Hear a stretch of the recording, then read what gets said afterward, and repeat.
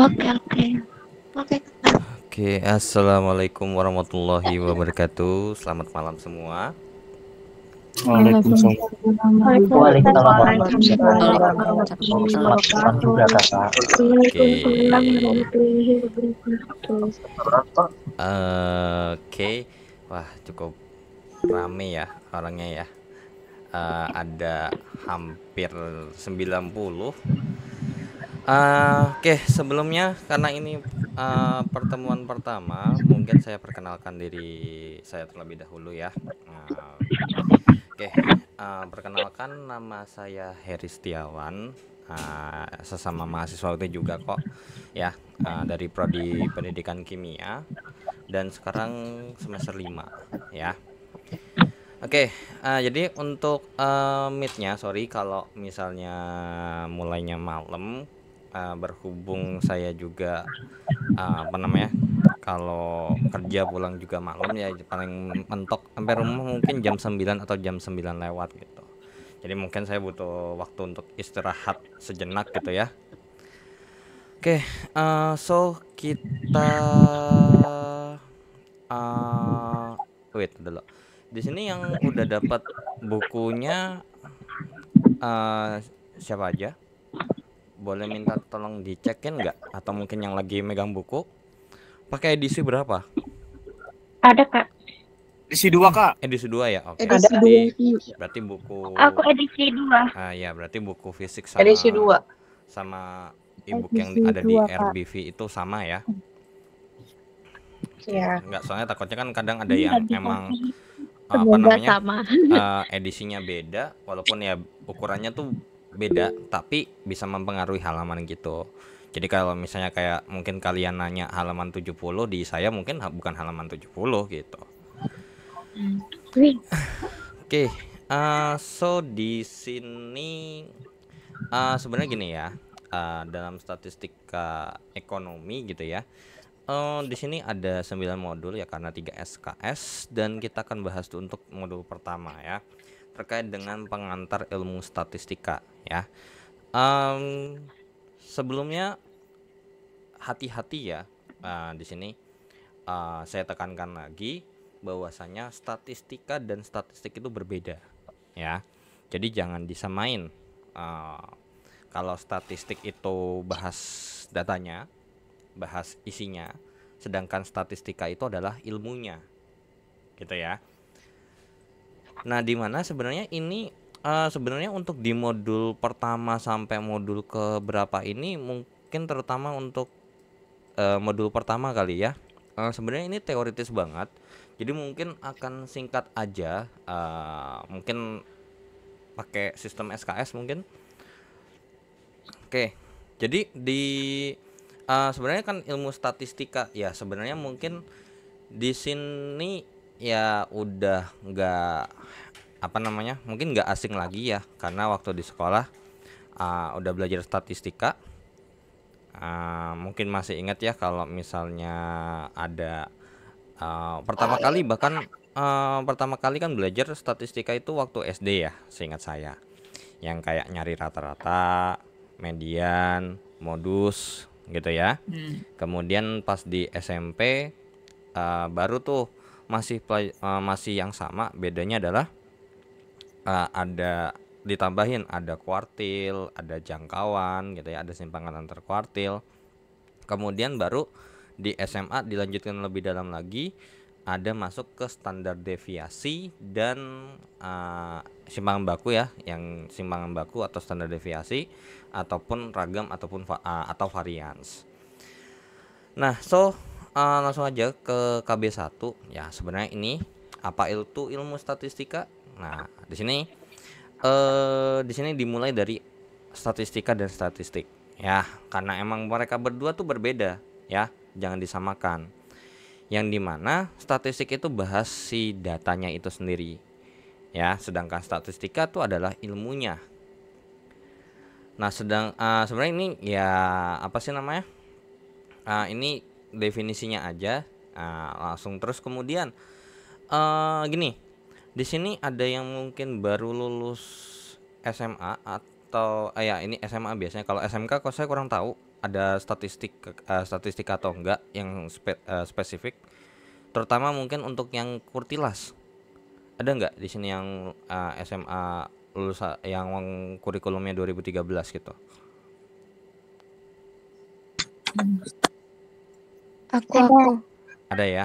Nah, mungkin sedikit di-review kalau mungkin seingat saya kan kalau di statistika untuk terutama di apa namanya?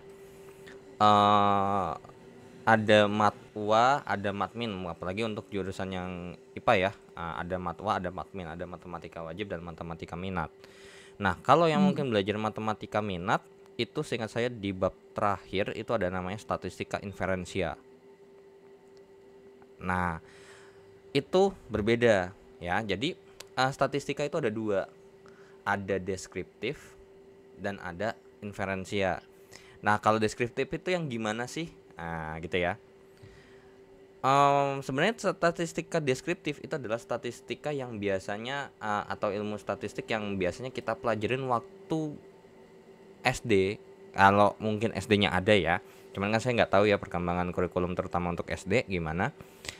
Sampai dengan SMA yang biasanya itu ada median, modus.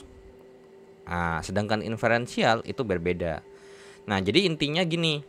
Kalau deskriptif, yang namanya deskriptif itu berarti terdiri dari kata dasar apa kira-kira? Deskriptif itu terdiri dari kata dasar apa? Deskripsi kan? Namanya deskripsi itu artinya apa sih? Coba. Mungkin di sini bisa bantu jawab. Untuk deskripsi itu definisinya apa sih? Secara ya Penjelasan secara detail. penjabaran, penjelasan. So artinya berarti kalau dengan berarti penjelasan atau penjabaran mungkin ya kalau mungkin kita cek di KBBI gitu ya, mungkin biar enak. Deskripsi KBBI apa sih? Nah, pemaparan ataupun penggambaran dengan kata-kata secara jelas dan terperinci. So berarti deskriptif itu kan kalau mungkin di bahasa Inggris kan ada tuh yang satu kata bisa berbeda-beda bentuk ya. Kayak mungkin play itu adalah bermain verbnya, and then ketika it bisa jadi noun atau kata benda itu jadi player alias pemain. Nah, di sini juga sama, deskriptif itu adalah ya berarti kegiatannya gitu ya, yang dimana berarti tujuannya adalah untuk menjelaskan atau menggambarkan gimana sih datanya gitu. So makanya statistika deskriptif itu dimulai dari menggambar yang namanya gambar grafik. Mungkin masih ingat ya waktu sekolah ada gambar diagram batang, diagram garis, diagram lingkaran, kemudian dilanjutkan histogram, kemudian ada ogif positif, ada ogif negatif gitu ya. Nah, itu adalah dalam bentuk gambarnya menjelaskan kira-kira data ini bentuknya tuh seperti apa sih, yang kemudian nanti bisa kita simpulkan atau kita punya opini, oh bahwasanya tuh data ini tuh bentuknya tuh seperti ini loh, jadi kesimpulannya tuh seperti ini. Nah itu ya, itu adalah deskriptif ya, walaupun sebenarnya ya deskriptif itu juga selain menggambarkannya dari gambar ya kan menggambarkan secara ininya ya, itu kalau pakai gambar. Kalau pakai ilmu statistik pakai statistiknya terkait dengan pengolahan datanya, nah ada rata-rata, ada modus, yang dimana kan modus itu artinya apa sih? Modus dalam statistik bukan modal dusta ya. Nilai terbanyak. Nilai paling banyak atau nilai yang paling banyak frekuensinya atau nilai yang paling sering muncul.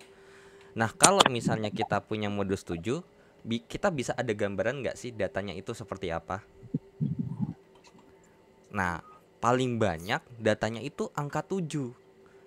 Nah, itulah yang dinamakan deskriptif, mendeskripsikan.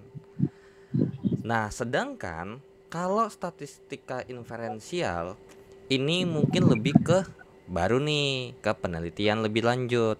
Mungkin di sini pernah dengar ketika bahas apalagi terutama mungkin yang apa namanya? Ada hubungan dengan ilmu alam, ketika melakukan penelitian ataupun melakukan percobaan kan pasti ada tuh yang namanya hipotesis ya atau dugaan sementara. Nah, nanti kita akan membuktikan apakah hipotesis atau hipotesisnya itu terbukti benar atau salah. Nah, kalau dalam statistika itu bisa juga terjadi. Nah, gitu ya. Mungkin kayak kita punya data, oh ternyata kalau misalnya kita punya data seperti ini, kita bisa klaim loh bahwasanya mungkin kayak eh, apa namanya produk siomay gitu kan, produk merek siomay gitu adalah produk yang paling murah kata si orang A. Nah, kita cari nih datanya nih. Nah, apakah benar gitu loh? Ya, apakah benar ternyata klaimnya tuh dia benar tuh. Nah, kalau misalnya benar, otomatis ya sesuai dengan klaim awalnya dia, gitu ya.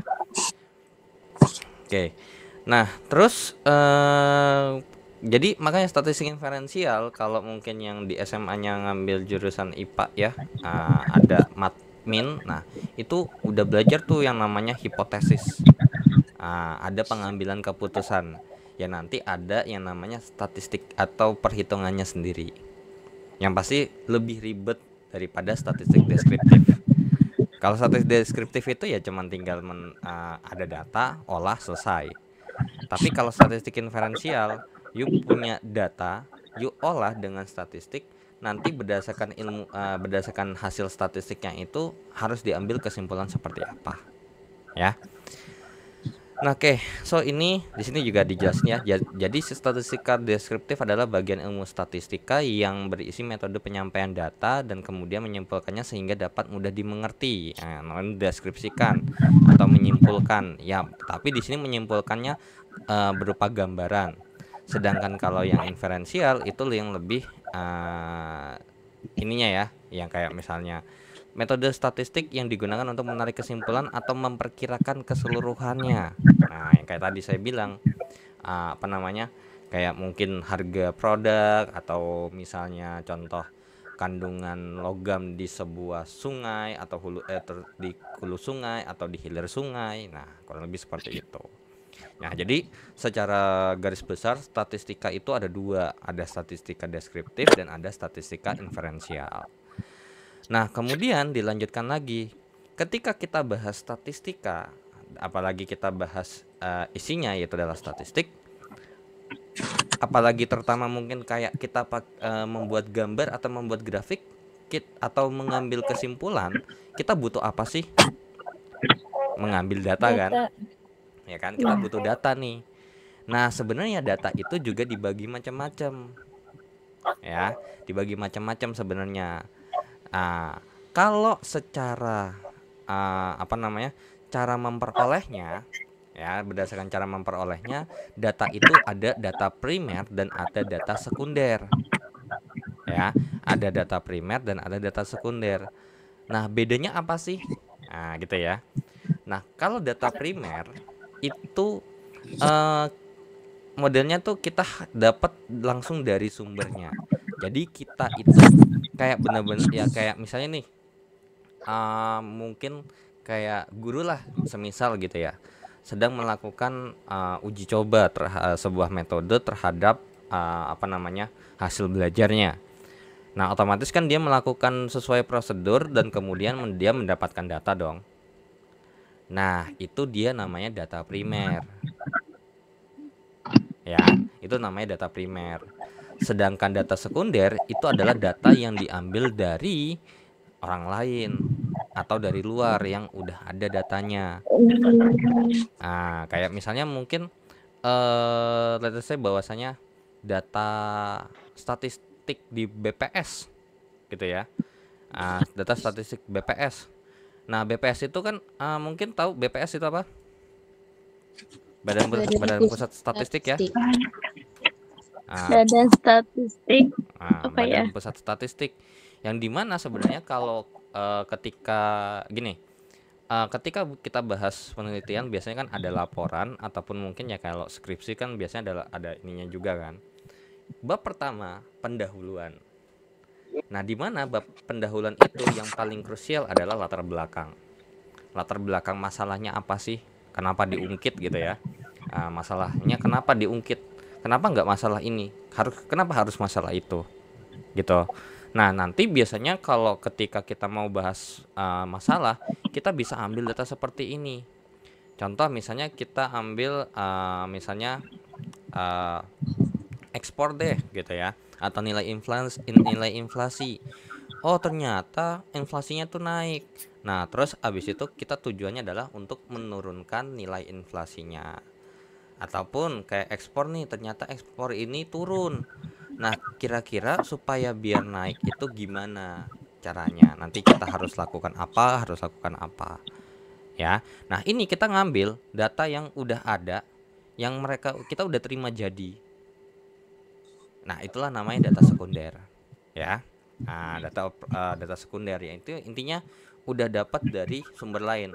Dan sumber lain ini nggak mesti dari BPS juga ya, bisa dari mungkin kayak penelitian sebelumnya, kayak jurnal mungkin atau skripsi orang yang dimana oh ternyata di sebelumnya tuh ada skripsi yang mengambil tema serupa atau ada jurnal yang mengangkat topik yang serupa, ternyata hasilnya tuh begini.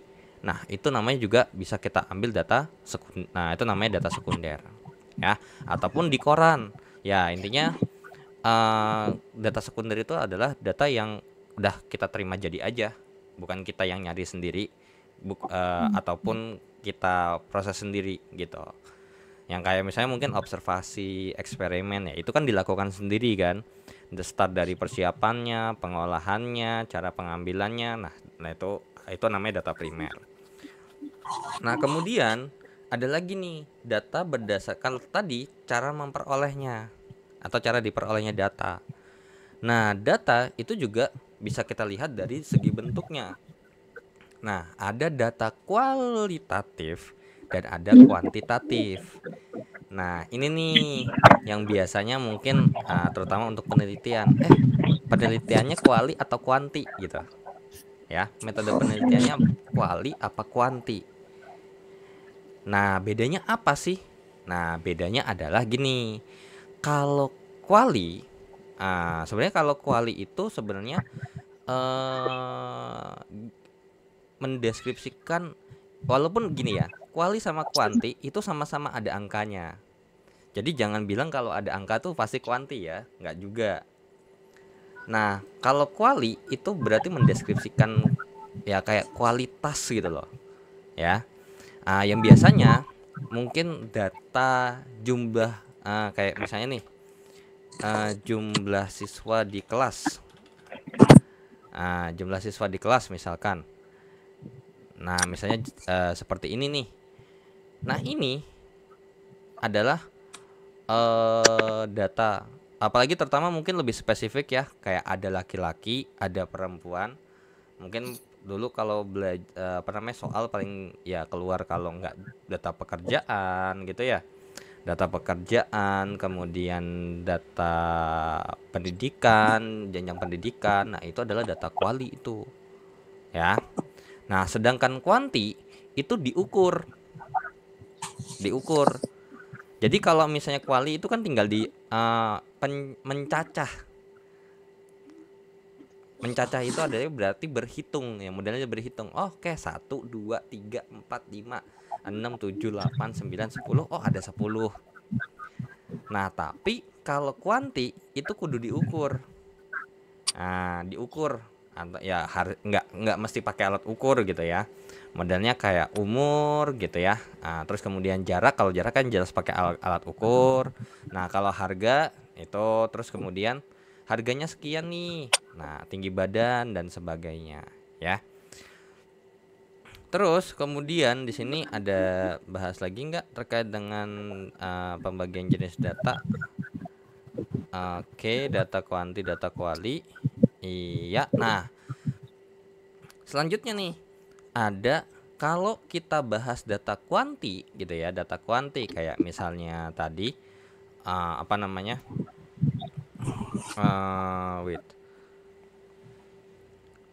Data kuanti itu kan jarak, ya kan? Ada tinggi badan. ketika kita mengambil data, pasti kan nanti ada nih hasilnya. Oke, tinggi badannya 160 cm ya. Ya nanti kalau dibikin tabelnya itu tinggi 160, 170, 180. Nah, itu namanya data kuanti tuh. Oke, jadi itu ada dua sebenarnya pembagiannya, ada data discrete dan data continue. Nah, kalau discrete yang paling gampang itu adalah integer, bilangan bulat. Ya, bilangan bulat.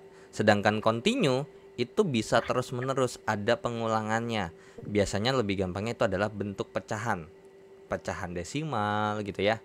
Nah, itu adalah continue. Makanya kalau misalnya kita bilangnya kayak misalnya tinggi badan itu kan 170 ada komanya biasanya. Ya dong, ya kan, 170, berapa senti. Nah, terus habis itu Iya, Kak. mungkin kayak misalnya panjang pulpen ada yang ukur 20,9 cm atau 20,95. Itu adalah data yang bersifat continue. Nggak saklek satu aja gitu. Ya kayak misalnya bukan kayak data discrete. Nah, kalau data discrete itu ya udah misalnya 50 ya udah 50 tok gitu. Nggak ada 50,1, nggak ada 50,2, nggak ada 50,3. Ya 50 ya 50 aja. Nggak boleh ada desimal di situ ya. Nah, jadi begini, mungkin pembagiannya ya. Ada data, ada terutama yang tadi, ada kuali, ada kuanti. Nah, untuk kuanti ini ada discrete, ada continue ya. Jadi ini membahas terkait dengan jenis-jenis data sih ya. Nah, jadi biar kalau ketika mungkin misalnya ketika bahas mungkin terutama untuk karil gitu ya, kalau ternyata emang butuh penelitian gitu kan. Nah, ketika menyantumkan di laporan ya mungkin harusnya ya diperjelas itu datanya data apa. Nah, apalagi mungkin ini krusial banget terutama untuk yang mungkin skripsi gitu ya, model skripsi, dan ada ada yang namanya sidang kan. Nah, biasanya tuh kalau dulu ya sama zaman saya sidang skripsi itu ada nih orang yang sering suka ditanyain ketika bahas ada data, apalagi penelitiannya pakai data nih. Ada data ini ya. Misalnya ditanya metode penelitian, jenis penelitiannya apa? Kuanti atau kuali? Itu dites dulu tuh kadang untuk memastikan bahwasannya yang emang bener ngerjain gitu loh, bener paham. Nah, kemudian ditanya lagi, ini discrete apa continue. Nah, itu kadang suka banyak yang ini walaupun dasar secara definisi, kadang tuh ada yang suka keliru, malah mungkin kurang paham gitu ya. Oke, so di sini ada contohnya ya. Kayak misalnya nih ada kucing dan bebek, kemudian data apa yang bisa kita bahas kuali ataupun kuanti gitu ya. Dan kalau kuanti ini kira-kira masukin discrete apa continue. Nah, data kuali ya kayak gini. Nama hewan ya kucing. Kucingnya ada berapa kan gitu ya. Kucingnya 1, bebeknya 1, ya gitu ya. Nah, oke, kemudian cara berkembang biaknya ya ini melahirkan, bertelur. Nah, jadi kalau misalnya mungkin ini kayak misalnya kita studi literatur ya, kalau di karil di UT kan boleh tuh ya. Nah, itu termasuk ya sekedar kuali aja, bukan kayak kuanti yang harus cari ukur data dan lain sebagainya.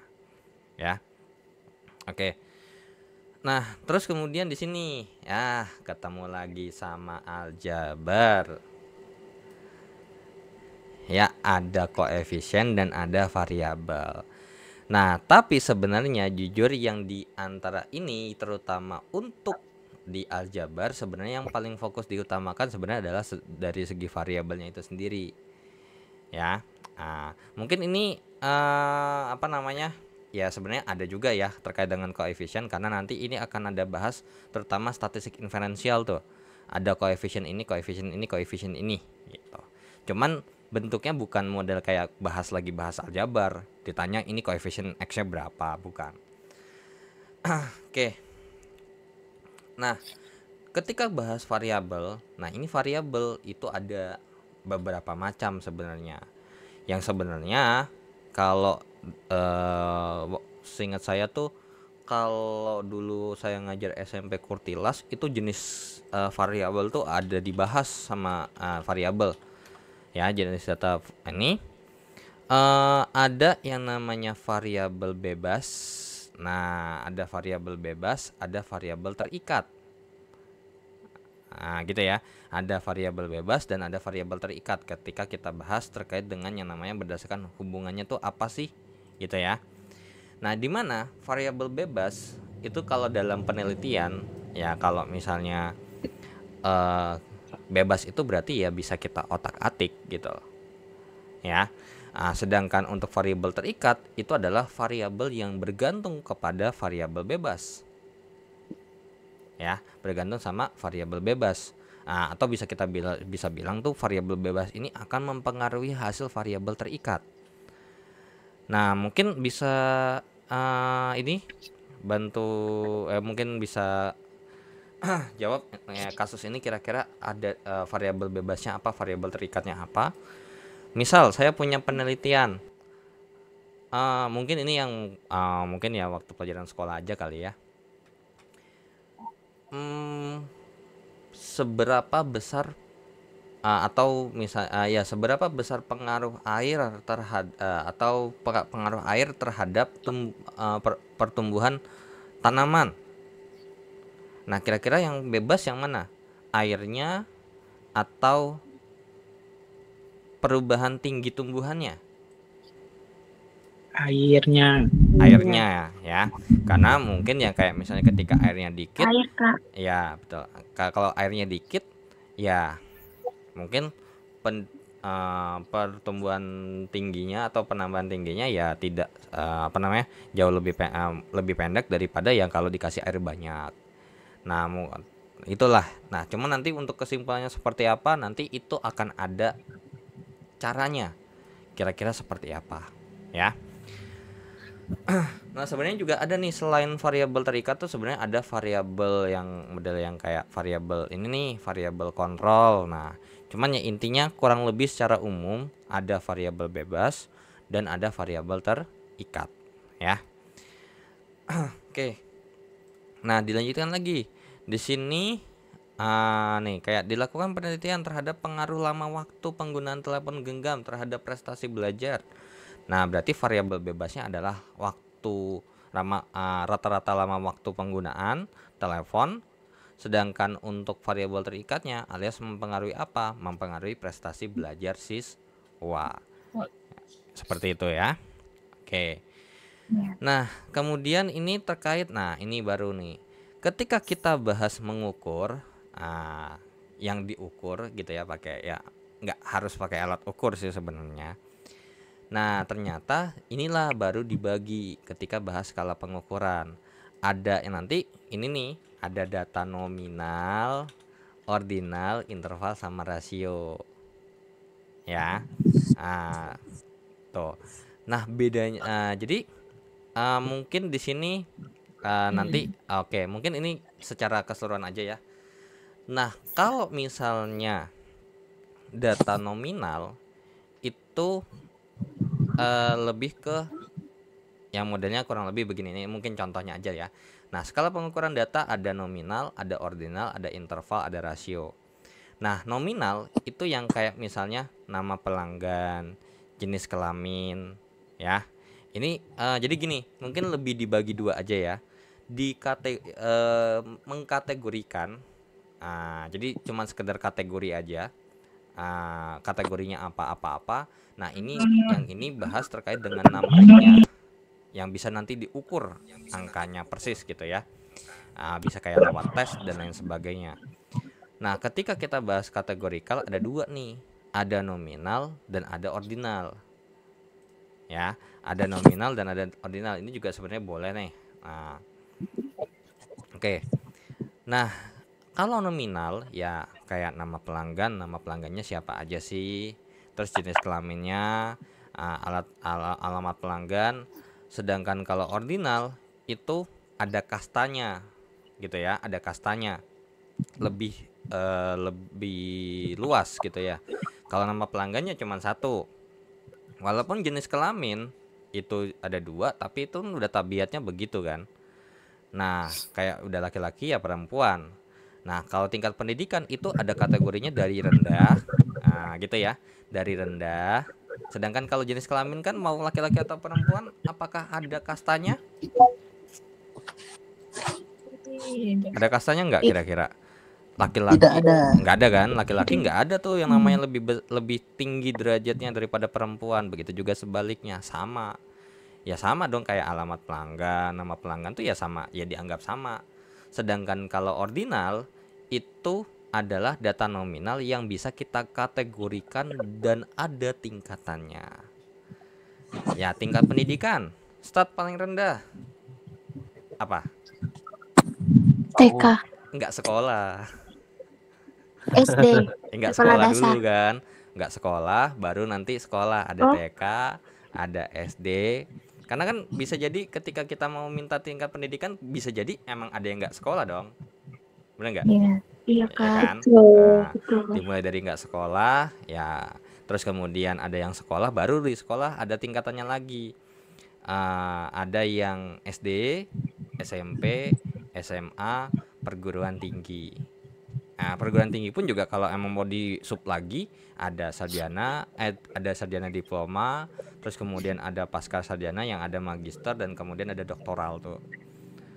Nah, ukuran baju juga sama. Ukuran baju ya dari yang paling kecil, apalagi sekarang udah ada XS dan sampai paling gede tuh apalah. Saya tergantung sama apa yang tersedia ya, sama apa yang dibahas gitu. Nah, itu adalah terkait dengan kategorikal, yang berarti mengkategorikan. Cuman bedanya adalah kalau ordinal pakai ada tingkatannya, ada kastanya, sedangkan kalau nominal enggak. Nah, kalau secara numerik, secara angka, nah bahas interval dan rasio. Nah, interval itu yang bisa kita katakan yang namanya interval tuh berarti rentang nilai. Ya contohnya misal mungkin pernah dengar kadar kolesterol paling normal tuh atau tensi ya, tekanan darah gitu ya. Ada sistol, ada diastol. Kalau normal itu di antara range sekian sampai sekian. Atau skor TOEFL kalau untuk yang jago banget itu di interval segini. Yang medium atau intermediate itu yang segini. Yang bawah itu yang biasa aja ya kan. Kemudian yang bawah itu yang cukup banget nih, skornya segini. Jadi bisa ada rentangnya ya kan. Tapi ada secara angkanya tuh ada intervalnya tuh. Kalau jago mungkin di atas 700 gitu ya, atau mungkin 1000 gitu kan. Terus kemudian kadar kolesterol. Oh, kalau kadar kolesterol nih kalau udah sampai tingkat segini ini bahaya nih. Gitu ya. Nah, jadi dibahas angkanya. Kalau ini kan enggak. Ya, kalau ordinal tuh enggak. Walaupun ada kasta dia nggak bahas, kayak misalnya mungkin ya tingkatan pendidikan SMP ya udah gitu. Sedangkan kalau interval tuh ada angkanya. Oke. Tingkat kalau kadar kolesterol misalnya sekian sampai sekian aman. Ini ke sini beresiko, ini ke sini bahaya gitu. Nah, kemudian kalau di lebih dalam lagi itu ada yang namanya rasio. Yang namanya rasio itu adalah perbandingan atau membandingkan. Ya, kayak misalnya pendapatan. Ya, perbandingan pendapatan ini dengan ini dengan ini dengan ini. Terus kemudian berat badan ya kan ada perbandingannya tuh. Oke, kemudian output produksi. Nah, atau mungkin bisa juga nih, gini nih, bisa juga nih kalau berdasarkan dilihat dari sini nih, ciri kategori penggolongan, ini ada tingkat urutan, ini tingkatnya sama, makanya tuh sebenarnya interval sama ratio itu mirip gitu ya. Nah, kalau bedanya adalah terkait dengan nilai, si rasio itu ada nol mutlak, ya. Ada nol mutlaknya ya, kayak misalnya mungkin bisa kita katakan ya suhu dalam Kelvin ya. Suhu dalam Kelvin tuh ada sendiri tuh suhu nol mutlaknya atau luas wilayah 0 gitu ya. Oke. Nah, jadi ini terkait dengan pengkategoriannya ya. Oke, ada ini. Nah, biasanya tuh yang ini ordinal tuh yang pakai ranking ya. Terus kemudian untuk nominal tuh ya ditanya kira-kira selama ini ngerasain apa aja gitu. Terus kemudian interval, ya kayak ini nih. Misalnya nilai daripada ini, oke, nilai lebih tinggi daripada ini, kurang daripada ini. Nah, sedangkan rasio nih kayak gini. Ya, walaupun sebenarnya mirip kayak ini bisa dirasiokan. Oke, ini nilai gajinya si Budi itu dua kali lipat daripada nilainya si Amir. Gitu ya. Oke. Nah, jadi sebenarnya emang tipis sih. Karena apa? Skor TOEFL pun juga sebenarnya bisa gitu kalau emang kita mau bikin perbandingan. Ya kan? Kayak misalnya nih oke, misalnya 600 dibandingin sama 200, oke, skornya 3 kali lipat lebih besar. Gitu ya. Nah, cuman bedanya apa? Bedanya adalah kalau rasio, kenapa dibilang non mutlak? Karena dia ini mutlak nih. Contohnya, apakah dengan nilai skor misalnya nih, skornya ternyata 5 kali lipat, apakah pintarnya 5 kali lipat?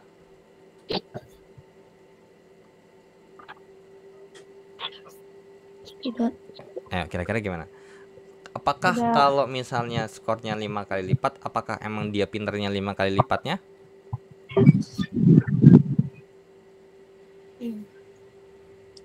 Enggak juga dong ya kan? Enggak. Makanya itu masuknya ke interval. Nggak bisa kita bilang, oh kalau 5 kali lipat, oh 5 pasti bisa dikatakan seperti ini. Beda sama ini. Ya, kalau misalnya gaji, ya ini udah absolut nih. Ya gaji Budi tuh ya udah pasti 2 kali lipat daripada gajinya Amir. Ya, berarti bisa jadi gitu ya, Mbak. Dan ini penyebabnya kenapa 10 juta dibanding 5 juta? Ya, banyak faktornya. Ya walaupun jadi itu ya udah gitu. Budi Amir, baik dari faktor terkait dengan mungkin banyaknya pekerjaan yang diambil ataupun mungkin tingkatan dia jenjangnya mungkin beda gitu ya. Nah, yang pasti bisa kita katakan oke, ya udah Budi pasti 2 kali lipat gajinya daripada si Amir. Dan itu udah gitu ya. Oke. Nah, ini terkait dengan lanjut lagi. Ini ada kemampuan dasar matematika yang dibutuhkan, ya ada aljabar ya. Ini mungkin masih ingat terkait dengan persamaan linear satu variabel. Terus kemudian ya kurang lebih seperti ini. Oke. So untuk ini udah selesai nih, ini sampai ke latihan ya, ini cuma nyocokin jawaban, kira-kira ini masuk ke data apa, ini masuk ke statistik jenis apa, ini masuk ke skala data apa. Nah, ini udah ada jawabannya juga. So ini selesai untuk kegiatan belajar pertama ya, yang membahas terkait dengan apa itu ilmu statistika. Sampai sini ada yang mau ditanya dulu nggak?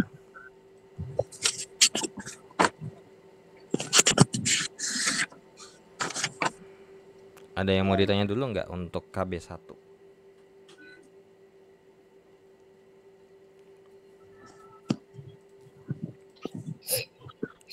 Tidak. Yang lain? Nggak ada, Kak. Nggak ada. Yakin aman? Aman, Kak.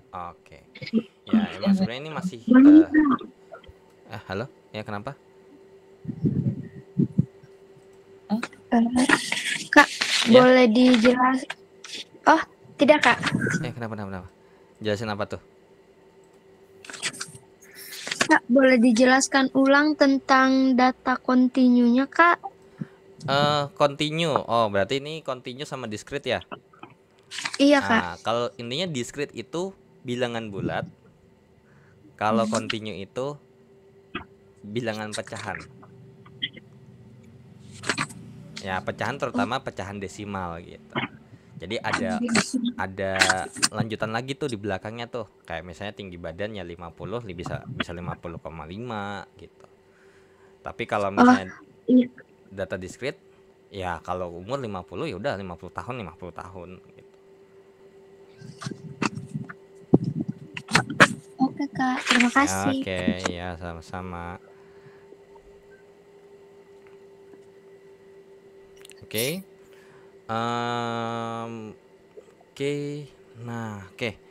So, kita lanjut aja ya ke KB2. Nah, ini mungkin dicoba dikerjain aja nanti ketika ini sebagai bahan latihannya juga. Dan ini untuk seingat saya ini karena saya masih pakai buku yang sama dan belum berubah.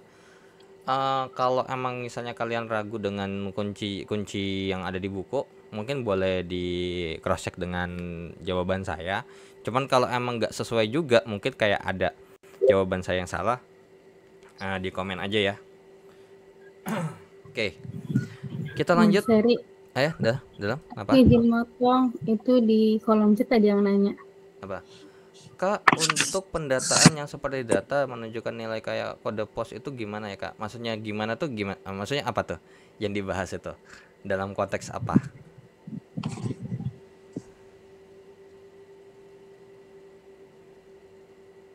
Iya, maksudnya yang dibahas tuh dalam konteks apa nih maksudnya?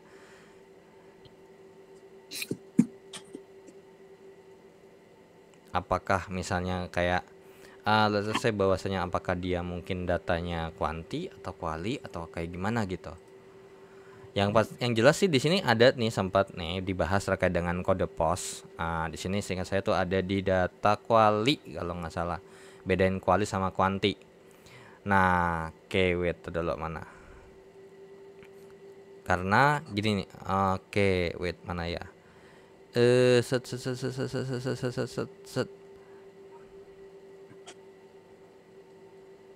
Mana ya tadi saya sempat kode pos. Ini dia nih. Sementara itu data kualitatif adalah data yang bentuknya uraian, berbentuk selain angka. Contohnya ini. Nah, ini walaupun bisa kita bilang dalam berbentuk angka, kode pos itu kan bentuk angka.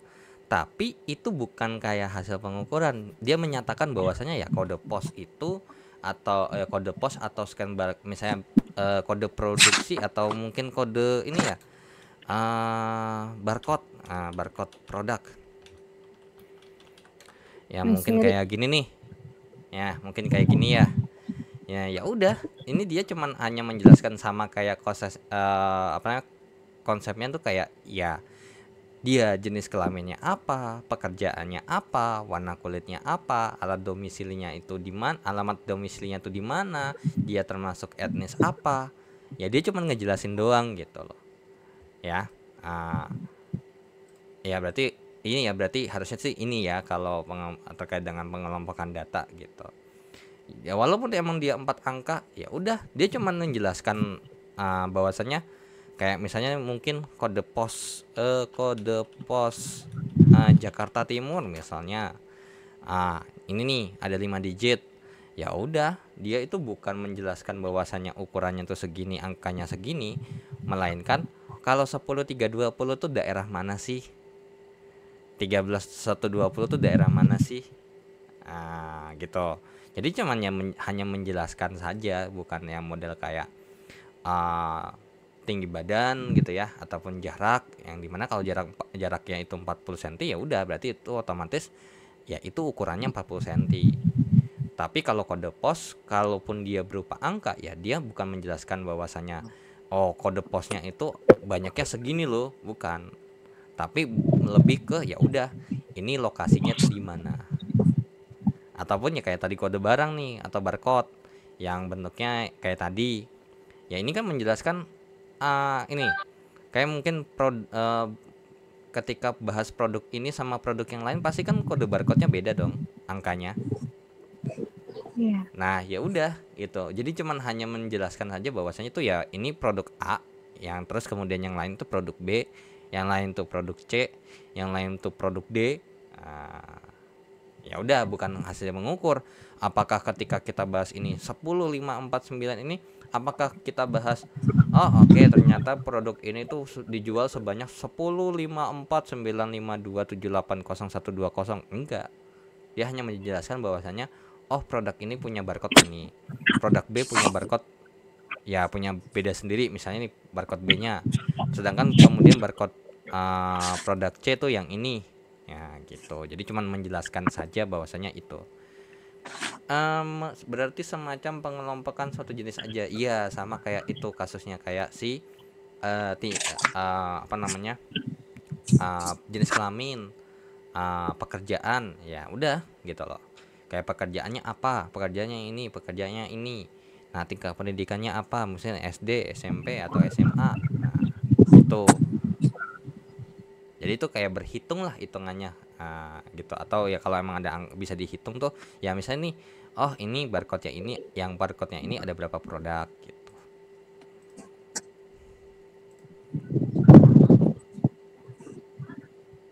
Oke, jadi gitu. Untuk terkait dengan ini ya, terkait dengan si jenis datanya. Jadi dia termasuk data kualitatif.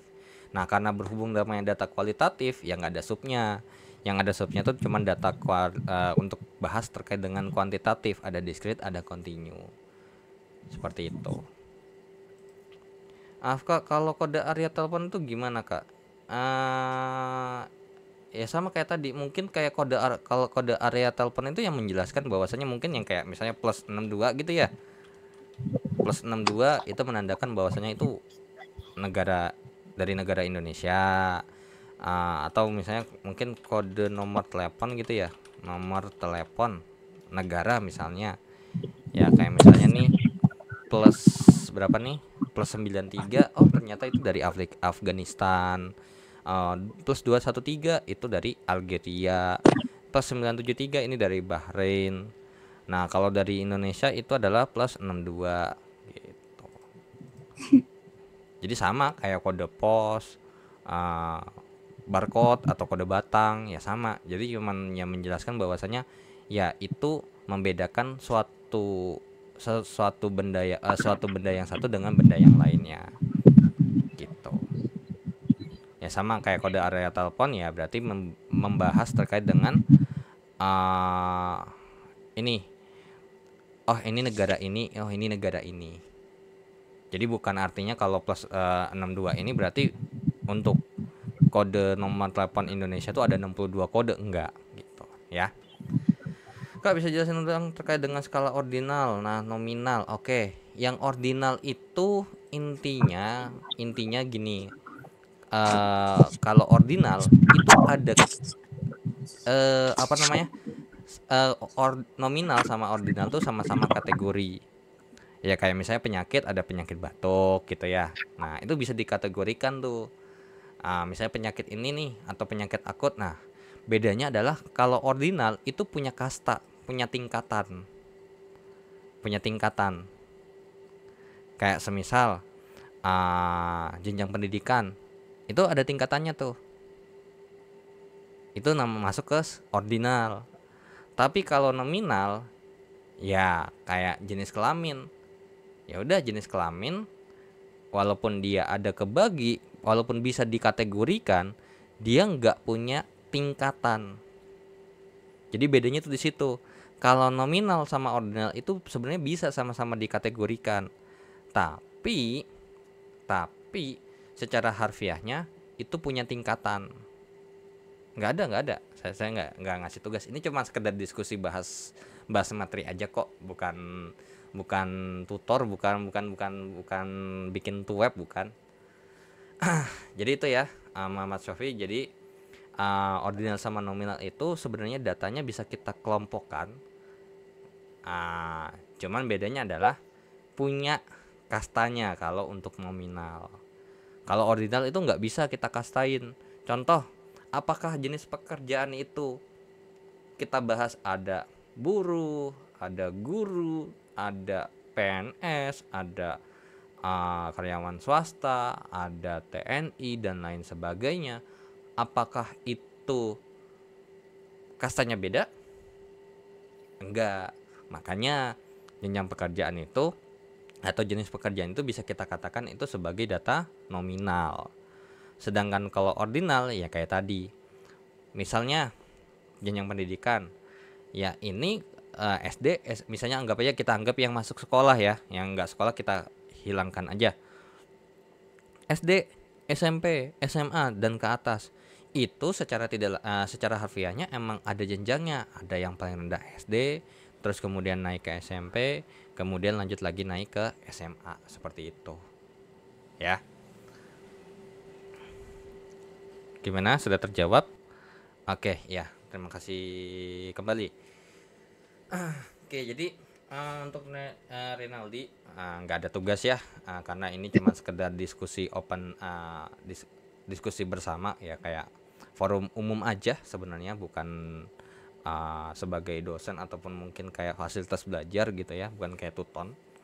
Jadi nggak ya, kalau misalnya mungkin yang kayak nggak bisa hadir nih sekarang, ya sebenarnya bisa kalau mau ngelihat rekamannya. Bedanya adalah ya nggak bisa langsung tanya gitu. Oke, masih ada yang mau nanya? Atau mungkin ini yang angkat tangan nih tadi, wait dulu. Bentar, coba saya cek. Ada yang angkat tangan nggak? Kak, di bagian D koefisien variabel. Nah, maksudnya konstan itu ya, konstan itu berarti sesuatu yang bernilai stabil, nggak bisa berubah. Nilainya segitu-gitu aja. Itu namanya konstan, konstanta gitu ya. Itu yang namanya konstanta nih. Wait. Oh, bukan. Ya ini dia. Ada konstanta. Ya ini nih konstanta itu. Ini sebenarnya konstanta ya. Alias yang nilainya bernilai dengan konstan, bernilai konstan, nggak pernah berubah. Ciri-cirinya gimana? Nggak punya variabel, nggak punya huruf. Makanya kalau dari sini nih, ini kalau kita bisa bilang ini konstantanya 5. Nah, di sini variabelnya apa aja? Ada X1, ada X2 dan Y. Nah, untuk variabel X1, koefisiennya alias angka temannya itu angka berapa? Itu namanya koefisien. Ya, jadi untuk yang 5 ini adalah terkait dengan konstanta. Kenapa dia bilang konstan? Ya karena nilainya tetap nih. Jadi ya plus 5 bertambah 5. Nggak ada kalau ibarat kata tuh, misalnya kita melakukan sesuatu tuh nggak ada sangkut pautnya nih. Ya kalau misalnya kita bisa menghasilkan plus 5 plus 5 plus 5 plus 5 plus 5, itu namanya udah konstan gitu ya.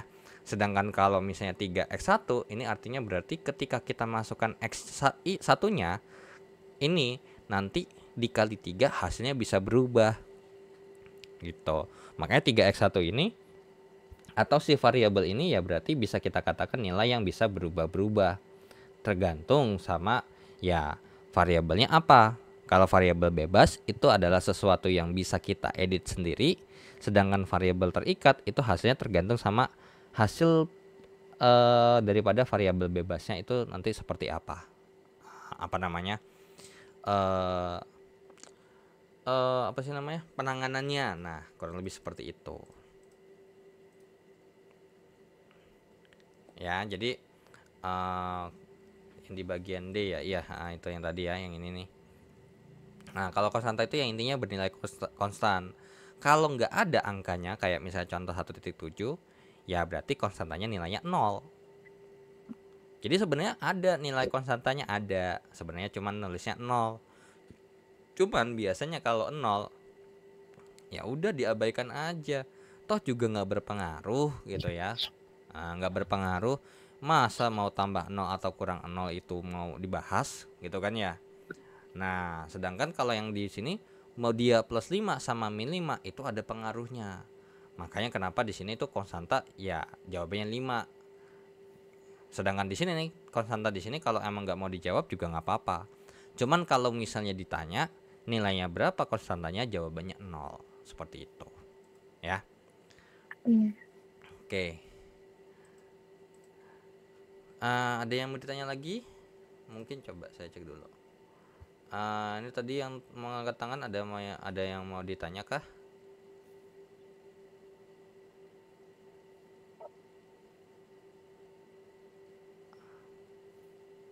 Atau mungkin bisa saya lanjut aja langsung?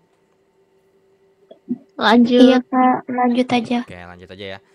Nah, sekarang ke kegiatan belajar kedua. Nah, wait, apa tuh? Oke ya, lanjut. Oke. Nah, sebenarnya kan ketika kita di sini bahas kan ada bahas namanya data. Nah, ketika kita bahas data, let's say bahwasanya contoh, mungkin dulu waktu sekolah pernah ada disuruh bikin ini enggak sih? Karya ilmiah atau apa ya? Kayak disuruh penelitian gitu, cuman penelitian gimmick. Pernah nggak dulu waktu sekolah disuruh bikin penelitian gimmick gitu? Belum. Oh, belum pernah. Ada, Kak. Oke. Saya kalau dulu tuh saya pernah waktu pas belajar bahasa Indonesia itu kayak misalnya ini apa sih namanya? Disuruh bikin karya ilmiah atau bikin artikel ilmiah gitu. Yang dimana ya kayak misalnya pengaruh ini terhadap ini. Nah, cuman itu gimmick. Jadi kayak nggak harus benar-benar kayak apa sih namanya kayak harus expert banget, harus diolah pakai statistik gitu. Nah, ketika kita ketika kita menyinggung soal data, pertanyaannya adalah apakah data itu datang sendiri atau datang dengan sendirinya? Nah, kira-kira gimana? Apakah data itu datang dengan sendirinya tanpa diminta? Tidak, Kak. Enggak kan? Nah, kayak misalnya kita mau butuh data apa deh? Contohnya misal data kalau mungkin tuh ya kalau saya dulu tuh misalnya data terkait dengan kepuasan pelanggan. Nah, biasanya ketika ini otomatis saya harus cari tahu dong kira-kira pelanggan itu puas atau enggak. Nah, berarti ketika kita mau bahas data, berarti ketika kita mau butuh data, kita harus mengumpulkan. Ya, makanya di modul kedua, di kegiatan belajar kedua ini terkait dengan pengumpulan data. Nah, di sini dibahas pengumpulan data itu sendiri. Kalau misalnya kita bahas data, sebenarnya gini, selain selain terkait dengan data sumbernya itu adalah primer ataupun sekunder, kita bahas dulu populasi dan sampel. Ya, populasi dan sampel. Apa bedanya populasi dengan sampel?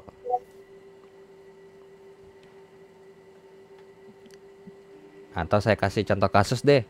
Misalnya nih, contohnya mahasiswa universitas terbuka daerah mungkin ya jangan deh atau mungkin kayak gini, mungkin kayak sekolah gitu ya, sekolah kemudian ternyata kalau kita bandingkan dengan siswa di kelasnya itu mana yang populasi, mana yang sampel antara satu sekolah sama satu kelas. Satu sekolah itu Kalau masuk populasi itu satu sekolah, kalau Iya. sampel itu satu kelas. kelas. Iya, Sampel. benar ya. Oke, boleh. Nah, tapi kalau kita bahas bisa nggak kelas itu jadi populasi? Bisa. Kak. Bisa ya. Bisa juga. Nah, bisa juga. Karena apa? Mungkin dari kelas Karena- ini kita ambil beberapa orang aja. Ya. Nah, jadi mungkin kayak misalnya kelas 10 nih. Oke, kita ambil kelas 10, mungkin kita ambil berapa orang. Tapi kalau mau lebih spesifik lagi mungkin kan gini ya. Ketika kita mau melakukan penelitian, apakah sumber daya kita tidak terbatas?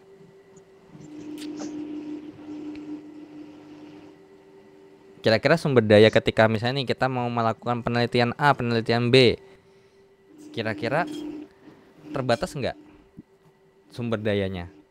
Terbatas. Terbatas, Kak. Nah, terbatasnya ini sumber dayanya bisa banyak. Ada yang namanya waktu, ya kan? Waktu penelitian itu kan pasti adalah salah satu faktor penghambat ketika kita melakukan penelitian. Ataupun mungkin kayak jumlah orang atau populasinya. Nah, itu adalah sumber daya yang terbatas. Makanya biasanya mungkin kalau misalnya ternyata kelasnya banyak, kita bisa batasin nih untuk kelas berapa aja.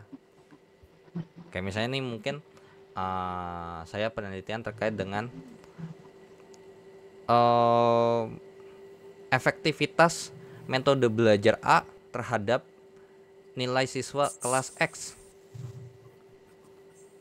Nah, nanti kelas X-nya ini akan jadi populasi Nah, sedangkan nanti ketika kita mau menilai ya nanti itu bisa dijadikan dengan sampel ya. Misalnya kalau emang mungkin masih kebanyakan nilai ininya. Jadi ya benar ya, sesuai dengan kata ini tadi yang udah dijawab juga di kolom chat. Populasi itu adalah kumpulan ya, sedangkan kalau sampel adalah perwakilan. Ataupun mungkin kalau kita digambar ya, mungkin ini populasi versus sampel. Ya, kalau misalnya kita gambar gitu ya, kalau kita gambar tuh ya ini adalah populasi gitu ya, banyak. Nah, terus kemudian kita ambil atau kita tarik beberapa orang dari populasi, itulah yang dinamakan sampel. Ya. Oke. Nah, makanya ketika kita mau mengumpulkan data secara keseluruhan, apalagi terutama kita bahas kalau satu negara itu populasi. Nah, biasanya kalau kita mau mencari secara keseluruhan, nah ini namanya adalah ada sensus dan ada sampling. Nah, kalau sensus itu otomatis mau nggak mau harus melibatkan satu populasi atau ini keseluruhan. Kalau sampling itu berarti kita bisa melakukannya itu dengan mencomot atau mengambil beberapa aja. Jadi kalau emang kita bisa, kalau misalnya kita ngambil data secara keseluruhan, itu sebenarnya bisa kita katakan sensus, ya. Kita bisa. Cepat sehat ya. Nanti kita coli bareng lagi, oke? Nah, terus habis itu kalau sampling gitu ya. Kalau sampling ya udah kita ngambil atau mengukur data dari sampel aja gitu. Nah, kemudian ketika kita bahas mengambil data atau mengumpulkan data, nah ada nggak kira-kira metodenya atau tekniknya atau caranya? Ada kan? Ada. Ya. Ada. Yang biasanya mungkin dulu kalau mungkin waktu sekolah ternyata ada mahasiswa magang tuh yang mungkin jadi guru. Nah, ataupun misalnya kayak melakukan penelitian yang berupa percobaan. Nah, jadi beberapa metodenya bisa dilakukan dengan cara observasi alias mengamati. Kemudian ada percobaan ataupun eksperimen. Kemudian bisa dilakukan dengan wawancara. Kemudian ada juga kuesioner yang biasanya mungkin pernah ya, terutama inilah ya kuesioner tuh yang kayak misalnya ini paling sering banyak nih yang dipakai, kayak misalnya yang sering beredar tuh yang kayak kuesioner online. Apakah anda pernah ini, apakah anda pernah membeli ini, kira-kira gimana? Nah, itu adalah termasuk kuesioner kan. Karena apa? Ketika kita bahas wawancara ya kita kan harus nggak harus ya ketemu gitu ya, walaupun emang bisa daring, tapi kan itu harus one by one nanyanya. Nah, kalau kuesioner itu kan bisa sekaligus gitu ya. Oke, ini tadi ya, populasi dan bahas sampel ya, tadi udah dibahas juga. Karena nanti kalau misalnya ketika kita bahas populasi, kalau ngambil data ya namanya caranya adalah sensus, sedangkan untuk kalau sekedar beberapa aja itu namanya sampling. Oke.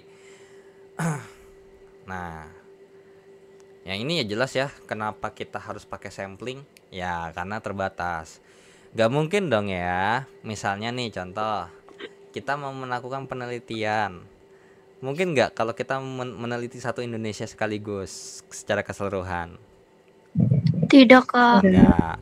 Ya sebenarnya mungkin aja Kak. kalau mungkin panjang waktunya, ya kan?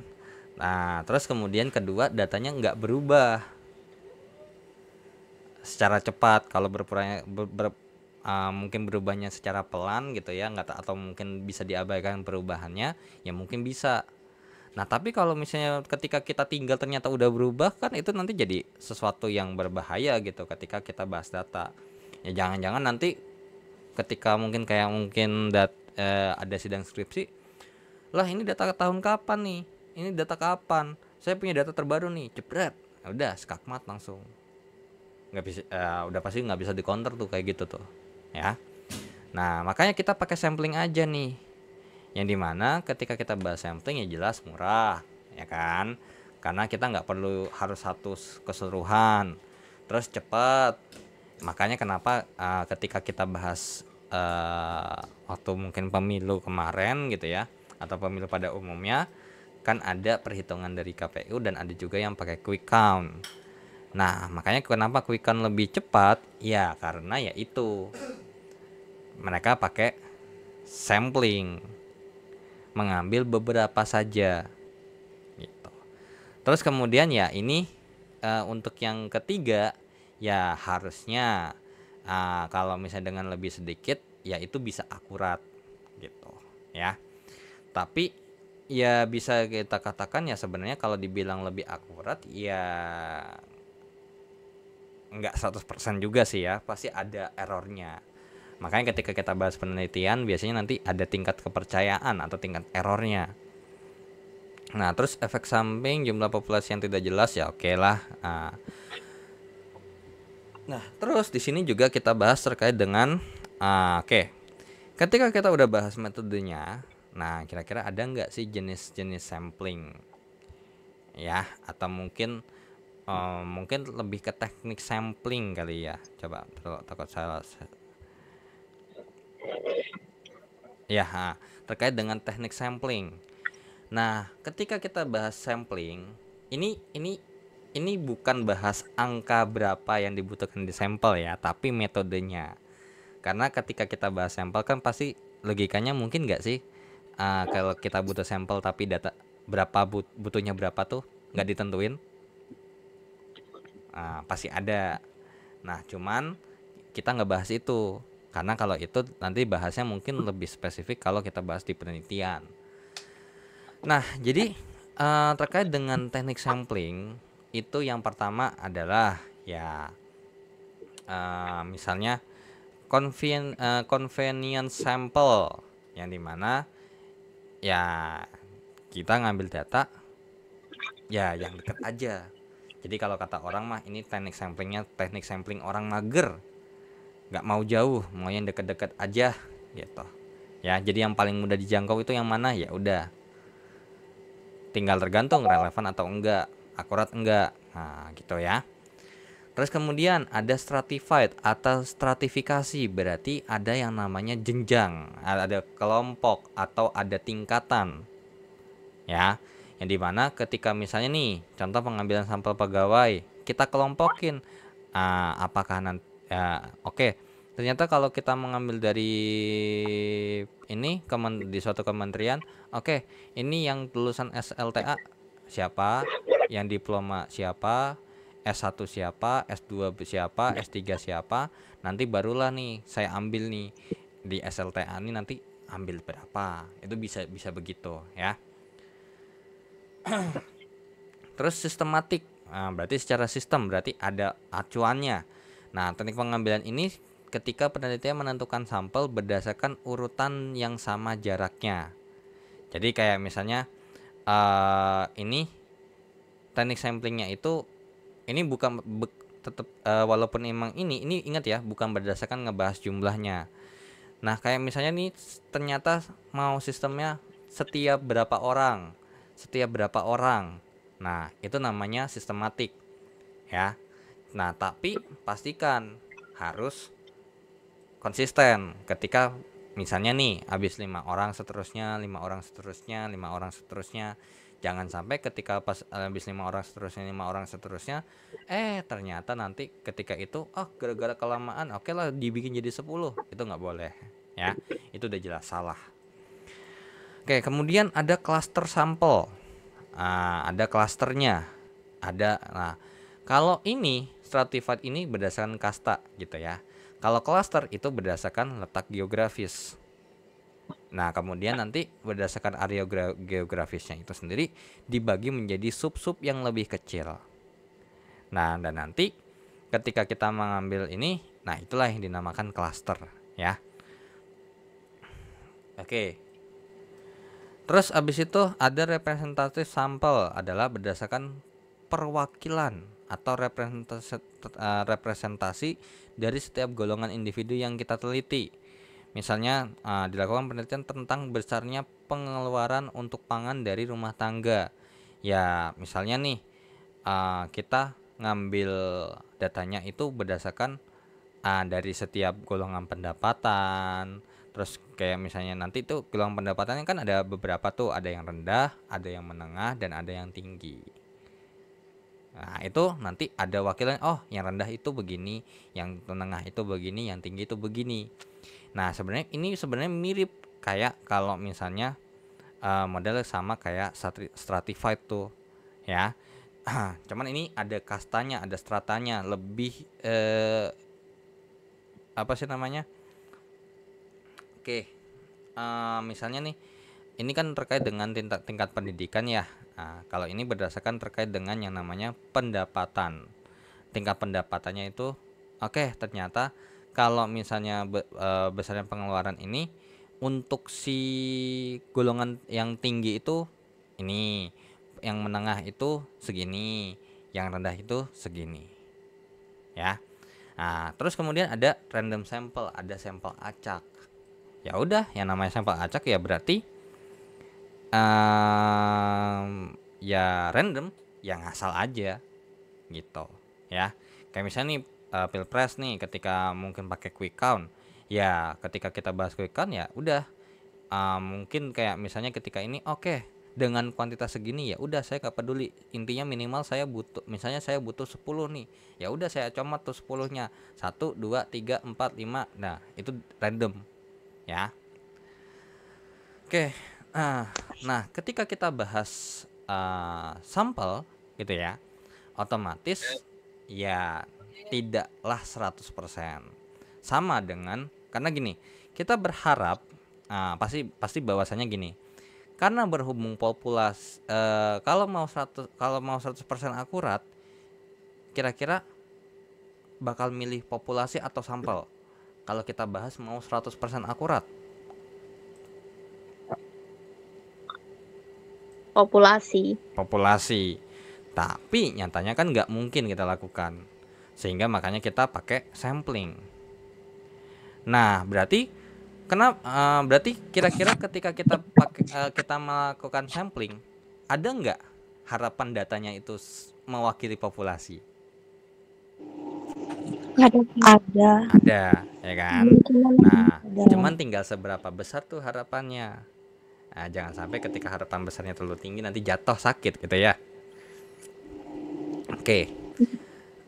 Nah, di sini misalnya ketika kita bahas sampling, ya otomatis ya kalau kita maunya ya harusnya ya tetap menggambarkan keseluruhan populasinya ya, tadi sesuai sama dengan saya bilang, tapi nggak jaminan 100%. Nah, jadi ada yang namanya bias sampel. Nah, bias sampel ini contohnya karena mungkin kayak kita mau ngambil data gitu ya, tapi ternyata karakteristiknya sama, jadi kita nggak punya pola data yang berbeda gitu. Jadi apa sih namanya, kayak ibarat kata nih, kita mau ngambil secara ini nilai, misalnya contoh nih, guru nih mau ngambil nilai, tapi ternyata ketika si guru ini melakukan sampling, dia milih yang pintar doang gitu loh. Nah, kira-kira bakal mewakili populasi nggak kalau kayak gitu? Tidak. Enggak Tidak. kan? Karena kalau secara populasi pasti ada yang nilainya tinggi, rendah, kemudian ada yang biasa aja, dan ada yang rendah. Tapi ketika kita bahas mengambil datanya dari yang tinggi ini doang, ya otomatis yang di bawah ini atau yang di tengah ini nggak bakal tercover. Sehingga berarti ketika kita samplingnya itu nggak mewakili populasi. Seperti itu ya. Nah, untuk biar bias sampelnya ini ya otomatis ada beberapa cara ya, kayak misalnya nih, mungkin sampelnya terlalu sedikit ya dong. Kayak misalnya nih, gini nih, walaupun emang kita kan kita tahu bahwasanya kan kita random nih, tapi ternyata semisal nih, mungkin nggak sih ketika kita ngambil data random misalnya 10, bener-bener ini kita nggak tahu loh ya. Nah, mungkin nggak kalau ketika kita misalnya si guru ini ngambil sampel dan ngacak, tapi nggak tahu sebenarnya aslinya ini emang nilainya bagus apa enggak. Mungkin nggak sih ketika kita guru tersebut ngambil 10 data, itu 10 datanya cuma 10 data orang pintar semua. Kemungkinannya kecil, Kak. Ya, walaupun kemungkinan kecil itu kan ada ya, tetap ada. Bisa aja mungkin ya itu kan berarti kan bahas peluang kan ya. Nah, cuman masalahnya ada berarti di situ kalau misalnya emang ragu cuman 10 aja bisa mewakili, ya digedein aja. Tambahin mungkin 20 ke atau mungkin 30 ke. Terus juga teknik sampling yang benar. Jangan sampai ya kayak misalnya mungkin teknik samplingnya tuh ada yang salah atau kurang sesuai. Nah, jadi harus ya intinya gini. Sebenarnya terkait dengan ukuran sampel sama teknik samplingnya itu harus disesuaikan dengan tujuan penelitiannya tuh mau ngapain. Ya. Kalau ternyata gini, misalnya kita emang butuh data yang emang harus ngecek satu-satu, ya mau nggak mau harus dicek satu-satu, karena kalau nggak dicek satu-satu ya nggak bisa. Kayak misalnya mungkin nih kita harus ngeceknya satu kelas semuanya. Nah kayak guru deh, misalnya pengen mengetahui tingkat keberhasilan metode tertentu terhadap terhadap pembelajarannya. Nah mungkin nggak sih guru itu ketika ngebahas kelas 10A misalnya, yang diambil cuma 5. Enggak dong ya kan. Nah harusnya dia semuanya. Kurang maksimal. Ya itu ya sebenarnya bukan masalah ini ya, karena logikanya ya ketika kita mau memastikan atau kita mau menjelaskan bahwasanya ini efektif atau enggak, apalagi kita tujuannya adalah untuk pembelajaran di kelas, ya otomatis harus satu kelas itu. Walaupun mungkin ya kayak ada 10A, 10B, 10C, ya mungkin nanti ini beda lagi. Kalau kita bahas di 10A, bagaimana nih? 10A-nya sukses enggak? Nah, gitu. Terus juga menghindari subjektivitas. Ya, subjektif itu ya berarti ya ada penilaian tersendiri dari orang yang meneliti. Ya, itu nggak boleh. Jangan sampai kayak misalnya, oh orang ini begini, nggak maulah gitu. Ya. Oke, kemudian ya tadi ketika ada bahas bias, ya ada salah terkait dengan ini, ya berarti ada error terkait dengan datanya. Ya udah, errornya tuh kurang lebih bisa dikatakan seperti ini. Ada error ini, sampling error ini dibuat dalam bentuk model regresi linier, ya, yang dimana persamaan regresinya adalah Y sama dengan alfa 1x1 tambah dengan alfa 2x2 ditambahkan C ditambahkan dengan E, yang dimana E-nya ini adalah menyatakan sampling error, yang dimana namanya error itu berarti kayak misalnya nih, harusnya datanya misalnya kita melakukan pengukuran. Nah mungkin nggak ketika kita mengukur itu bisa ada apa namanya, misal nih barangnya hasilnya ukurannya sebenarnya 27 sebenarnya. Nah mungkin nggak kita ngukur itu di atas 27 atau di bawah 27? Mungkin, Kak. Mungkin kan ya. Nah itu kan udah namanya jelas error, baik error dari alatnya kah atau mungkin dari error yang ngukurnya. Nah dimana misalnya nih ternyata saya punya ukurannya tuh aslinya 27, kemudian diukur 27,1, ada selisih tuh. Nah itulah tingkat errornya, alias errornya tuh kurang lebih seperti itu ya. Nah ini juga dijelaskan bahwasanya ya kayak misalnya ketika ada beberapa faktor nih yang bisa menyebabkan terkait dengan bias ataupun error, yang kayak misalnya nih pertanyaannya sensitif jadi nggak jujur. Nah ketika kita bahas gak jujur, ketika ini kan otomatis bisa mempengaruhi hasil data yang diinput kan oleh si respondennya. Terus juga misalnya apa namanya, kurang respon, akibatnya intinya akibat tertentu jadinya nggak maksimal lah ketika kita mau orang tersebut tuh mau ngisi data. Ya kayak misalnya nih kita mau melakukan survei di jam kerja, tapi kita berharap orang-orang yang kerja itu yang datang. kan susah kan, karena apa ya, namanya orang jam kerja ya pasti kerja gitu ya. Terus juga ada juga nih apa namanya, nggak mau menjawab, ataupun mungkin pertanyaannya terlalu menyudutkan atau yang lebih kayak diarahkan gitu ya. Kemudian sebab teknis lainnya kayak kesalahan pencatatan ataupun lain-lain sebagainya ya. Oke. Ya ya, ini udah lama belajar bla bla bla bla bla bla terkait dengan ini. Nah, oke, itu untuk kegiatan belajar kedua terkait dengan metode sampling dan terkait dengan apa namanya? Terkait dengan pengumpulan data dan teknik sampling. So, untuk kegiatan belajar kedua ini, ada yang mau ditanya nggak?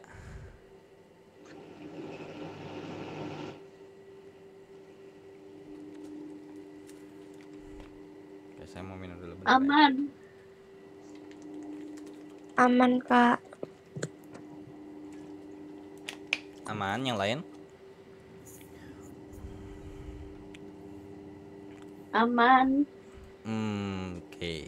Sebenarnya ini sih, sebenarnya nanti akan jadi perkara itu atau mungkin kesulitan itu ketika nanti emang benar-benar harus penelitian. Karena terutama mungkin yang udah jadi alumni UT sendiri kan tahu ya Karel itu gimana ya kan sistemnya.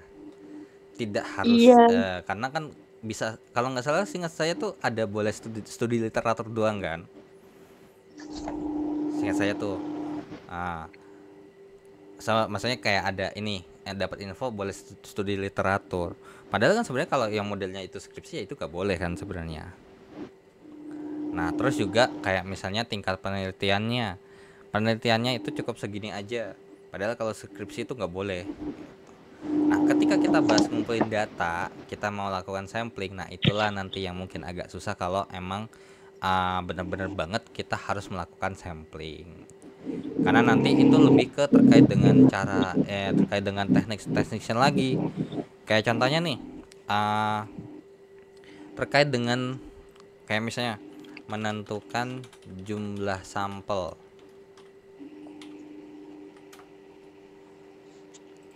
Nah, ada nih yang pakai metode ini.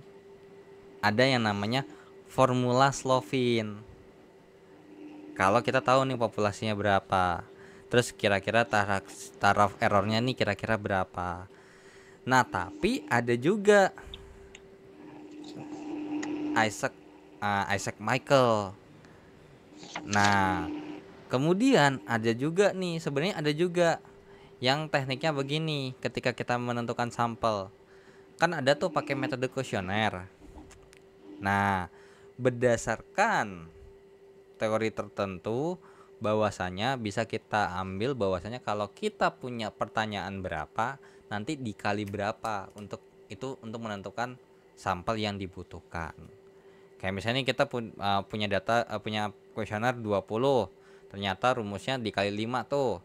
Ya, berarti nanti kita akan butuh 100 sampel. Tuh.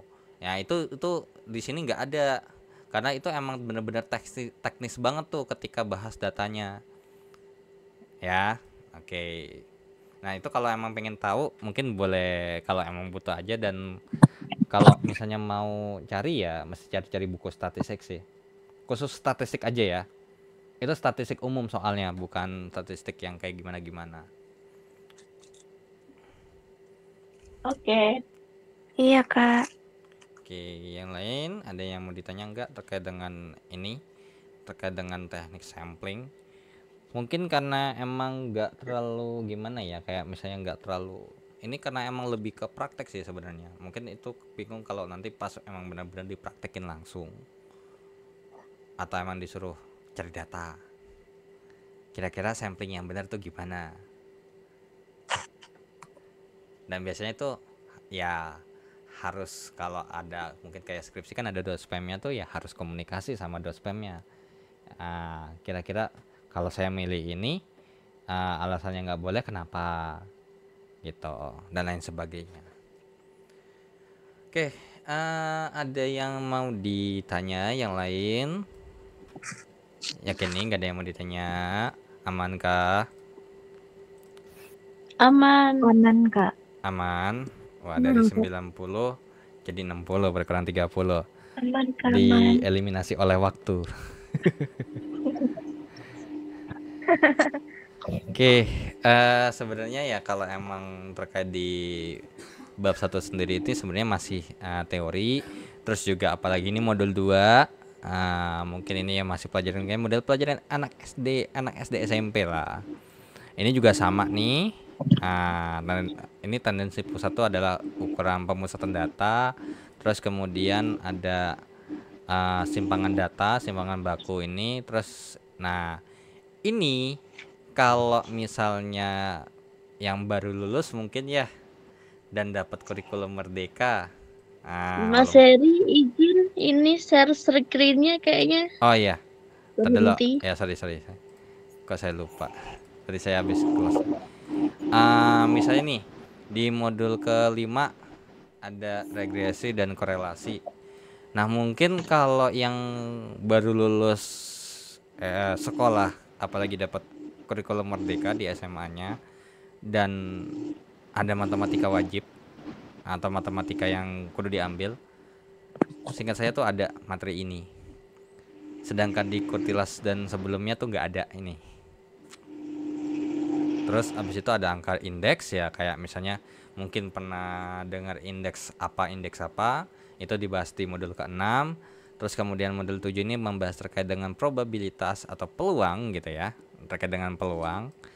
Nah, kemudian barulah 8 sampai 9 ini nih yang nanti ada kaitannya dengan penelitian.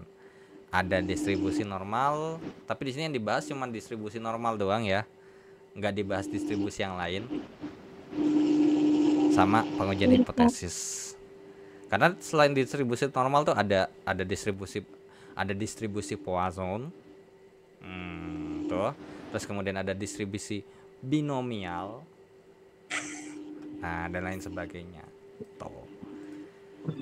Teman-teman udah paham sedikit. Kalau udah mulai praktek kita mungkin iya, karena emang terkait dengan di bagian terutama untuk si teknik sampling itu sendiri sebenarnya ya emang itu ya kalau pakai kalau nanti penelitian. Sekarang tuh kalau nggak penelitian ya nggak kepake gitu. Apalagi kalau misalnya penelitiannya pakai sampling. Kecuali kalau nggak pakai sampling, misal nih contoh kayak saya ngambil data satu kelas, ya udah pasti satu kelas semuanya, nggak perlu saya sampling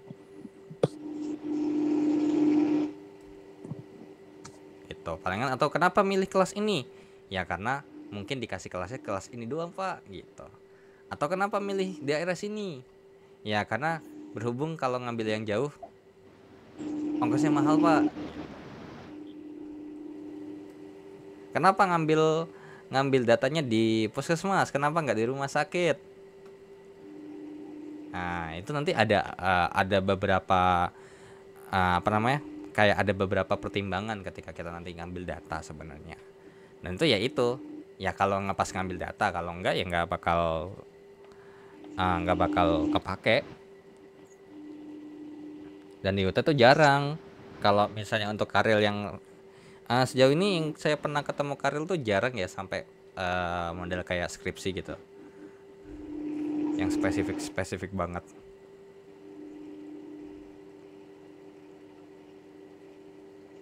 Oke. So karena nggak ada yang mau ditanya, mungkin saya closing aja ya untuk mengakhiri pertemuan pertama di ini.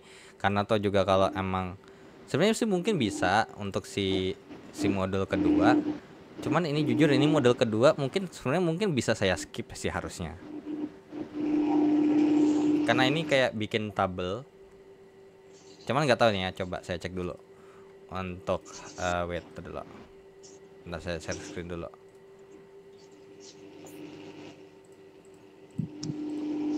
Shit. Lo jaringannya awak.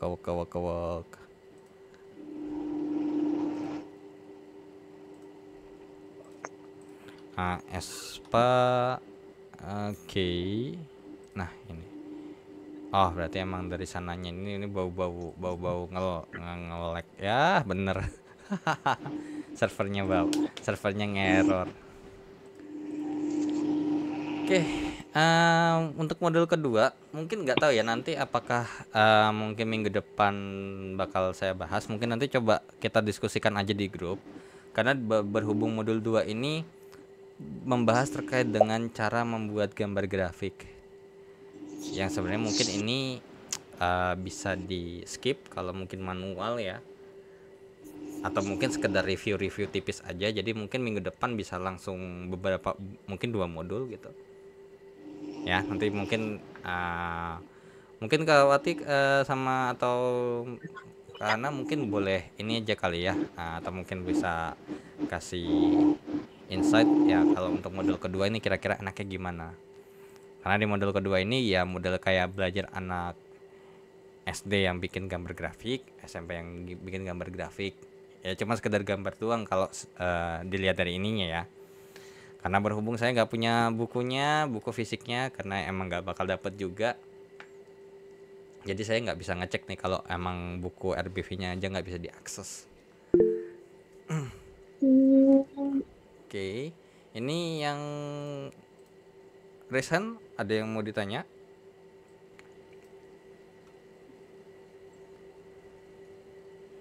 Ini yang Resen. Kak Putri Wulandari dan Kak Tita Mailani, atau kepencet saja.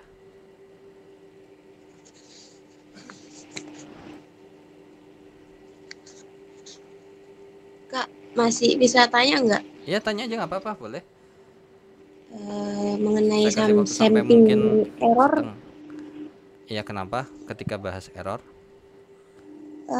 cara kita tahu kalau sampling apa ya? Maksudnya data kita itu termasuk sampling error. Oh, itu dari data. Misalnya nih gini nih. Sebenarnya kalau terkait dengan error itu sendiri, ya kayak gini loh sebenarnya. Pasti kan data itu pasti ada dong kayak patokannya harus apa gitu ya. Cuman ya kalau misalnya kita tahu error secara lihat kasat mata itu sendiri gitu ya. Secara kasat mata itu sendiri, kalau kita bahas kayak pengukuran itu mungkin yang lebih tepat gitu loh. Kayak misalnya nih, contoh saya ngukur ternyata barangnya itu kayak tadi nih 27 cm. Tapi ternyata pas saya mungkin ada orang lain ngukur gitu ya, saya dapat nih 27. Nah, sedangkan orang lain yang ngukur itu enggak 27 pas. 27,1, 27,2, 26,9, 26,8. Kurang lebih seperti itu. Nah, cuman kalau misalnya kita bahas errornya, contoh kayak kita ngambil data apa ya, misalnya contohnya ngambil kuesioner misalnya nih. Nah, untuk errornya sendiri itu gimana, tingkatnya errornya itu gimana, ya berarti harus ada patokannya. Jadi kita nggak bisa bilang oh karena data begini nih pasti error gitu loh.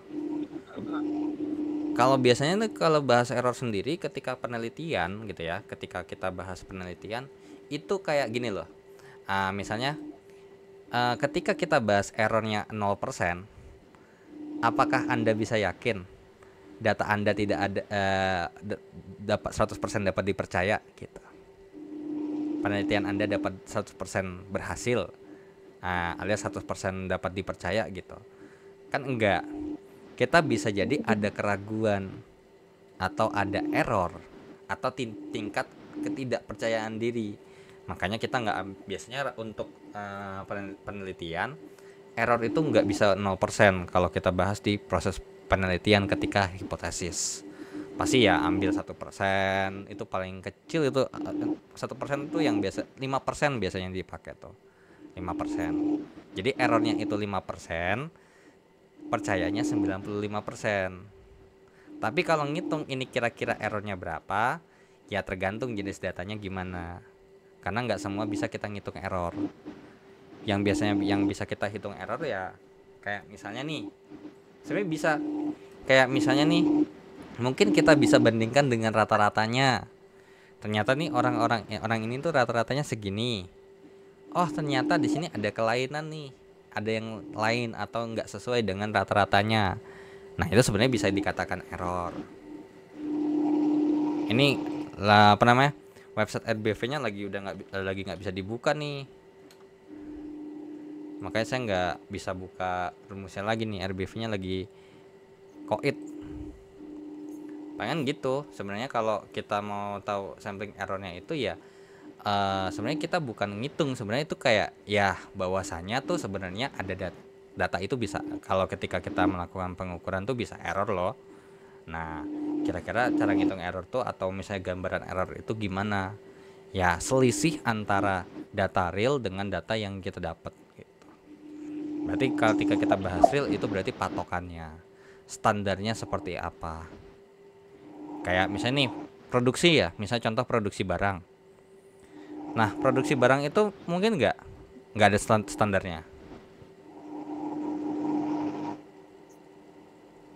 Pasti ada kan? Nah, kenapa barang ini bisa dikatakan error atau defect? Ya, karena di luar itu. Gitu. Kalau misalnya kita punya sampel error, bentar. Ini kalau misalnya kita bahas sampel errornya, gini, ada karena gini. Error ini pasti ada yang namanya toleransi. Makanya ketika kita melakukan penelitian tuh ada toleransi. Makanya ketika saya melakukan penelitian, ya saya nggak bisa percaya 100% gitu loh. Tapi kalau errornya mungkin jauh banget, contohnya nih misal nih, gara-gara data, mungkin gini, yang kemungkinan besar kita harus ukur ulang, atau kayak misalnya nih kita ukur nih, ternyata emang ukurnya 27,1 27, ini ya berarti ketika kita bahas alat ukur itu bisa jadi kita harus lihat dulu alat ukurnya dikalibrasi enggak, apakah orangnya emang yang error ketika ngukur atau ada faktor-faktor lain gitu. Jadi kalau misalnya ditanya ya sampel errornya mungkin lebih dibahas kalau ini outlier. Nah, ini contoh nih, ternyata datanya begini nih bentuknya. Ternyata ada begini nih.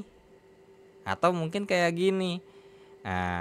Nah, ini pasti bisa mempengaruhi signifikan. Kalau modelnya kayak mungkin errornya kayak gini nih. Mungkin tengahnya nih atau patokan standarnya tuh garis tengah ini. Ternyata datanya tuh ya ini ya masih sosok lah gitu, masih oke. Karena apa ya, itu kan bahas tingkat akurasi kan. Nah, tapi kalau udah modelnya kayak gini, misalnya kita punya data ada yang paling kecil 3, yang paling gede 7, 6. Wah, jangan-jangan datamu tuh bohong gitu loh. Patut dicurigai hasil pengukuran datanya. Apakah datamu tuh sebenarnya bohongan? Apakah kamu benar-benar ngisi data tapi ternyata begini? Nah, biasanya itu nanti harus dikonsultasikan lagi. Karena ketika kita bahas penelitian kan pasti ada yang mandu tuh, ya kan? Nah, apalagi terutama untuk penelitian artikel ilmiah ataupun mungkin skripsi, biasanya tuh ada gitu loh. Pasti ketika ini pasti ditanya datanya mana? Nah, pasti ada, ya udah itu. Jadi kalau misalnya berarti kalau ada ketimbangan jauh perlu dipastikan lebih lanjut lagi. Iya benar. Kira-kira apakah perlu diambil ulang atau ya udah gitu loh. Karena nanti bisa berpengaruh, ya bisa. Cuman ya nanti tindak lanjutnya seperti apa itu harus dikomunikasikan lagi. Kalau misalnya sampling error ya pasti ada gitu, pasti ada. Cuman sampling errornya seberapa gede gitu. Mungkin di tingkat batas tertentu mungkin sampling errornya mungkin kayak harusnya datanya tuh nilainya segini. Nah, ataupun mungkin rata-ratanya nilainya segini. Nah, terus kalau kita banding error dan ternyata errornya cuma 1%, ya why not? Ya namanya manusia kan, manusiawi kok gitu. Tapi kalau gedenya mungkin errornya 70%, wah itu yang paling bahaya. Kayak misalnya nih kita ngukur 27 cm barangnya. Gak mungkin dong kita ngukur sampai ternyata pas ngukur tuh 30 cm. Nah, dari itu udah jelas bahwasanya kan itu udah emang jelas salah. Yang biasanya nanti itu ya biasanya disuruh ngukur ulang sana. Karena itu ada kesalahan tertentu. Tapi kalau emang kesalahannya emang nggak bisa dikendalikan gitu ya, nah, ya nanti mungkin ada apa namanya treatment tertentu lah, nah gitu ya. Oke, jadi begitu. Ini manggilnya apa nih? Julian Tari aja apa gimana? Kak Julian aja ya panggilnya ya. Oke ya. Jadi untuk Kak Juli ya emang begitu, kalau udah sampai errornya tingkat jauh banget ya biasanya atau mungkin parah-parah banget ya antara disuruh ngukur ulang kalau mungkin emang errornya bisa terdeteksi gitu ya. Oke, you're welcome. Sama-sama. Mungkin yang lain ada yang mau ditanya lagi? Yang lain ada yang mau ditanya lagi?